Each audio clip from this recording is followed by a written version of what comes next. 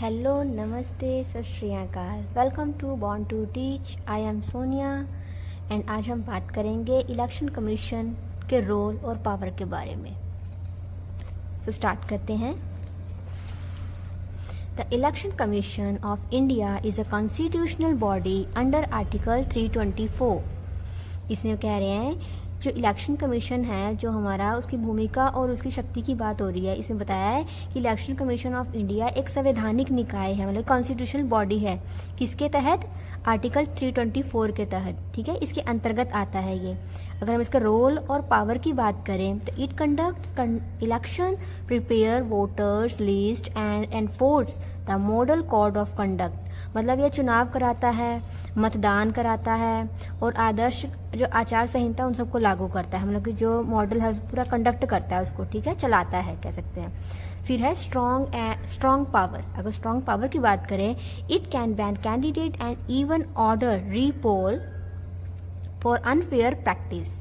मतलब ये अनुसूचित जो प्रथाएं हैं उनके लिए जो उम्मीदवार पर प्रतिबंध लगा सकता है और दोबारा से मतदान का आदेश दे सकता है कि दोबारा से आपके मतदान लिए जाएंगे। ठीक है, अगर इन केस कोई इट कैन बैन मतलब candidate and even order repoll. मतलब रीपोल का मतलब होता है कि दोबारा मतदान लिए जा सकते हैं अगर अनफेयर चुनाव होते हैं, अनफेयर प्रैक्टिस होती है तो। ठीक है, फिर है उसके बाद लास्ट में election commission is the backbone of Indian democracy.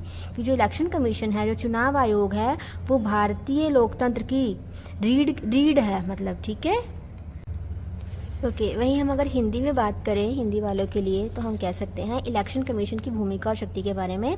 Election commission of India एक संवैधानिक निकाय है जो अनुच्छेद 324 के अंतर्गत आता है। ठीक है, ये एक संवैधानिक निकाय है जो किस अनुच्छेद के अंतर्गत आता है? 324 के अंतर्गत आता है। अगर इसकी भूमिका शक्ति की बात करें तो ये चुनाव कराता है, मतदान सूची तैयार करता है और आदर्श आचार संहिता को लागू करता है। ठीक है, मतलब मतदान कराने की जो इलेक्शन कमीशन है इनके अंडर ही चुनाव कराए जाते हैं, मतदान सूची तैयार की जाती है और आदर्श आचार संहिता को लागू किया जाता है। ठीक है, फिर है मजबूत शक्ति। अगर मजबूत शक्ति की बात करें, या अनुसूचित प्रथाओं के लिए उम्मीदवारों पर प्रतिबंध लगा सकता है।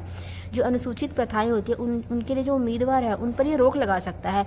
और पुनर्मतदान का मतलब होता है कि दोबारा से आदेश दे सकता है चुनाव के लिए कि दोबारा मतदान होंगे। ठीक है, तो निर्वाचन आयोग भारतीय लोकतंत्र की रीढ़ है। अगर हम बात करें जो निर्वाचन आयोग है वो भारतीय लोकतंत्र की क्या है? रीढ़ है। ठीक है, मतलब बैकबोन है कह सकते हैं हम।